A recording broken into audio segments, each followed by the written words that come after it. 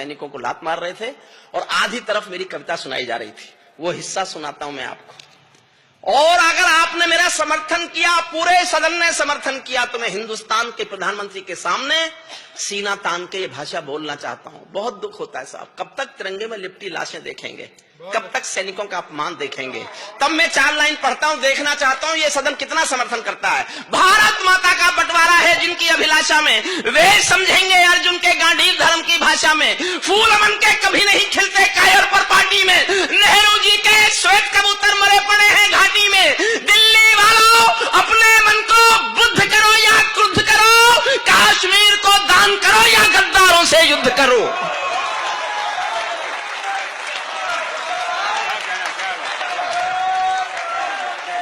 बैठिए बैठिए।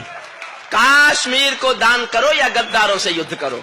जेल भरे क्यों बैठे हैं हम आदमखोर दरिंदों से, आजादी का दिल घायल है जिनके गोरख धंधों से। घाटी में आतंकवाद के कारक बने हुए हैं जो, बच्चों की मुस्कानों के संघारक बने हुए हैं जो, उन जहरीले नागों को भी दूध पिलाती है दिल्ली, मेहमानों जैसी बिरयानी चिकन खिलाती है दिल्ली।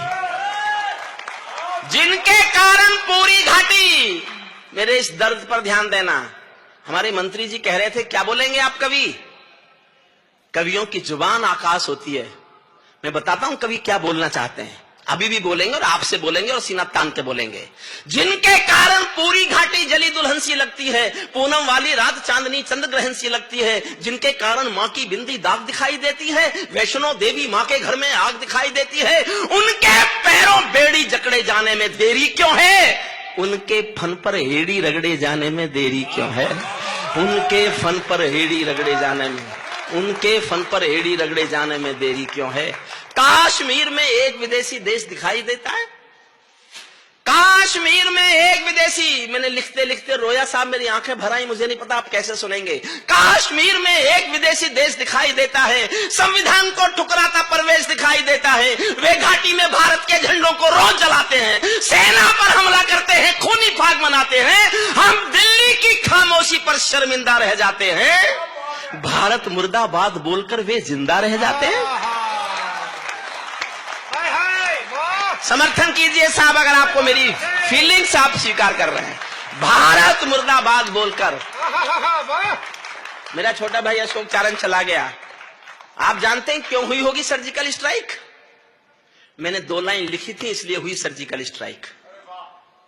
और मैं कितने गुस्से में था आप कल्पना भी नहीं कर सकते कि हरिओम पवार ये भाषा बोल सकता है। मुझसे पूछा जाता रहा बाबा तुमने ऐसा बोला क्या, मैंने कहा ऐसा बोला और बोलूंगा।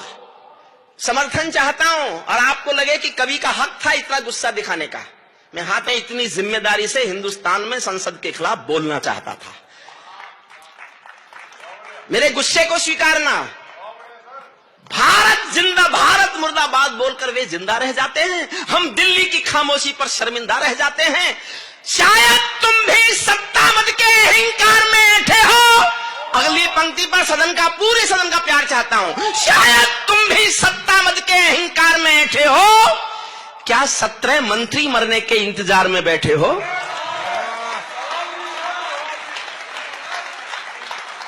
क्या 17 मंत्री मरने के इंतजार में बैठे हो? सेना पर पत्थरबाजों को कोई इतना समझा दो। इस साल की मेरी सबसे अच्छी पंक्ति पढ़ता हूं, प्रवीण शुक्ल को समर्पित करता हूं। समझ जाओ तो फिर तालियां मांगता हूं, क्योंकि हिंदुस्तान का एक रोग ये हो गया है कवि सम्मेलन का कि तालियां ही कविता का मापदंड हो गई है, जबकि तालियों से कविता का कोई लेना देना नहीं होता। मैं चाहता हूं उठे तालियां, आपकी पंक्ति समझ में आ जाए तो। सेना पर पत्थरबाजों को कोई इतना समझा दो, ये गांधी के गाल नहीं है उनको इतना बतला दो। ये गांधी के गाल नहीं है उनको इतना बतला दो।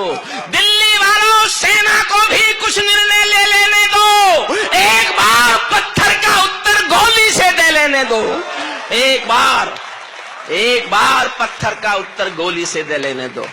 जब चौराहों पर हत्यारे महिमा मंडित होते हो, एक छंद पढ़ता हूं बहुत अच्छा। और मैं देखना चाहता हूं, मैंने जोश में ज्यादा पढ़ा कि आपने जोश में ज्यादा सुना। ये मुकाबला है साहब, आप जीतेंगे तो आपको सैल्यूट करूंगा। ये मैं प्रयोग कर रहा हूं, मैं देखना चाहता हूं कि मेरे पढ़ने में जोश ज्यादा है कि जनता के सुनने में जोश ज्यादा है। अच्छा है। और इस छंद पर मैं आपके जोश में तय करना चाहता हूं कि जोश आप में, आपने ज्यादा जोश में सुना या ज्यादा जोश में मैंने सुनाया। अंजुम जी, मैं आपसे अनुरोध करूंगा, आप भी ध्यान से तालियां बजाना, समझने बजने से कुछ मतलब है नहीं, क्योंकि मैंने आपकी उन गजलों पर, गीतों पर बहुत तालियां बजाई जो मेरी समझ में ही नहीं आई। आती नहीं मुझे, तो समझ में आ ही नहीं सकता। अगर मेरी समझ में आ गया होता तो माइकल बन गया होता ना। मन मांगता हूं पूरे सदन का साफ। आप तैयार हैं ना आप सुनने के लिए? इतनी देर तो मुझे आपको तैयार करने में लगी। फिर मैं एक मोदी पे कविता सुनाऊंगा आपको, जैसी प्रवीण ने सुनाई। प्रवीण ने हास्य में सुनाई, मैं हास्य जानता नहीं हूं। बस मैं तो इतना हास्य जानता हूं, जब हरियाणा की बेटियां मेडल लेके आई तो केजरीवाल साहब ने बयान दिया कि मैं भी बेटी होना चाहता था, लेकिन मोदी ने होने नहीं दिया। अच्छा, ये मेरे नहीं है, सुने हुए जमले, ये इन कवियों के सुनता रहता हूं मैं। पता नहीं किससे सुना मैंने, मनवीर से सुना, किससे सुना कि केजरीवाल साहब 5 कमरों के मकान में रहते हैं।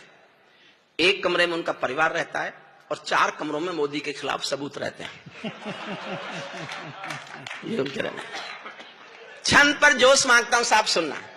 श्रद्धेय कुंवर बेचैन साहब के चरणों में रखता हूं। जब चौराहों पर हत्यारे महिमा मंडित होते हों, आतंकवादी मारा जाएगा तो जलसे होंगे उसके लिए, पाकिस्तान ब्लैक डे घोषित करेगा उसके लिए। जब चौराहों पर हत्यारे महिमा मंडित होते हों, भारत मां की मर्यादा के मंजर खंडित होते हों, जब कश भारत के नारे हों गुलमर्गा की गलियों में, शिमला समझौता जलता हो बंदूकों की नलियों में, तो केवल आवश्यकता है हिम्मत की, खुददारी की। दिल्ली केवल 2 दिन की मोहलत दे दे तैयारी की। सेना को आदेश थमा दो, घाटी गैर नहीं होगी। जहां तिरंगा नहीं मिलेगा उनकी खैर नहीं होगी। जहां तिरंगा नहीं मिलेगा। भाई साहब क्या बात है, क्या बात है, क्या बात है। जहां तिरंगा नहीं मिलेगा उनकी खैर नहीं होगी। बर्मा बांग्लादेश तलक सीमा पर ऐठे रहते थे, बर्मा बांग्लादेश तलक सीमा पर ऐठे रहते थे, और हमारे नेता चूड़ी पहने बैठे रहते थे। दिल्ली डरी डरी रहती थी पाक चीन की बॉर्डर पर, सेना बांधे हाथ खड़ी रहती थी किसके ऑर्डर पर। दुनिया को एहसास कराओ, हम निर्णय ले सकते हैं, हम भी ईंटों का उत्तर अब पत्थर से दे सकते हैं। अब तो वक्त बदलना सीखो डरते डरते जीने का। दुनिया को एहसास कराओ 56 इंची सीने का। दुनिया को एहसास कराओ, दुनिया को एहसास कराओ 56 इंची सीने का। सैनिक अपने प्राण गंवाकर देश बड़ा कर जाता है। मेरी कविता की सबसे अच्छी पंक्तियां सुनना। सैनिक अपने प्राण गंवाकर देश बड़ा कर जाता है, बलिदानों की बुनियादों पर राष्ट्र खड़ा कर जाता है। जिनको मां के बलिदानी बेटों से प्यार नहीं होगा, उन्हें तिरंगे को लहराने का अधिकार नहीं होगा। उन्हें तिरंगे को लहराने का अधिकार नहीं होगा। सिंहासन के माने होते हैं सिंहों का आसन हो, कायरता से दूर अटल संकल्पों का अनुशासन हो। राजमहल के आचरणों की गंध हवा में जाती है। दिनकर जी ने एक पंक्ति लिखी, सिंहासन खाली करो की जनता आती है। हिंदुस्तान की सियासत बदलती रही, सरकारें बदलती रही। मैं भी एक पंक्ति पढ़ रहा हूं जो मेरे मरने के बाद शायद देश में कहीं ना कहीं कोट होगी। राजमहल के आचरणों की गंध हवा में जाती है, राजा कायर हो तो बिल्ली सिंहों को धमकाती है। राजा कायर हो, वरना हमारे सैनिकों पर कोई थप्पड़ उठा दे। राजा कायर हो तो बिल्ली सिंहों को धमकाती है। भारत एक अखंड राष्ट्र है, समापन करता हूं, जोश में समापन करना। भारत एक अखंड राष्ट्र है, 1.25 अरब की ताकत है। कोई हम पर आंख उठा ले किसकी भला हिमाकत है। धरती अंबर और समंदर को ये भाषा समझा दो, दुनिया के हर पंच सिकंदर को ये भाषा समझा दो। अब खंडित भारत मां की तस्वीर नहीं होने वाली, कश्मीर किसी के अब्बा की जागीर नहीं होने वाली। कश्मीर किसी के अब्बा की जागीर नहीं। बहुत मोदी पढ़ देता है।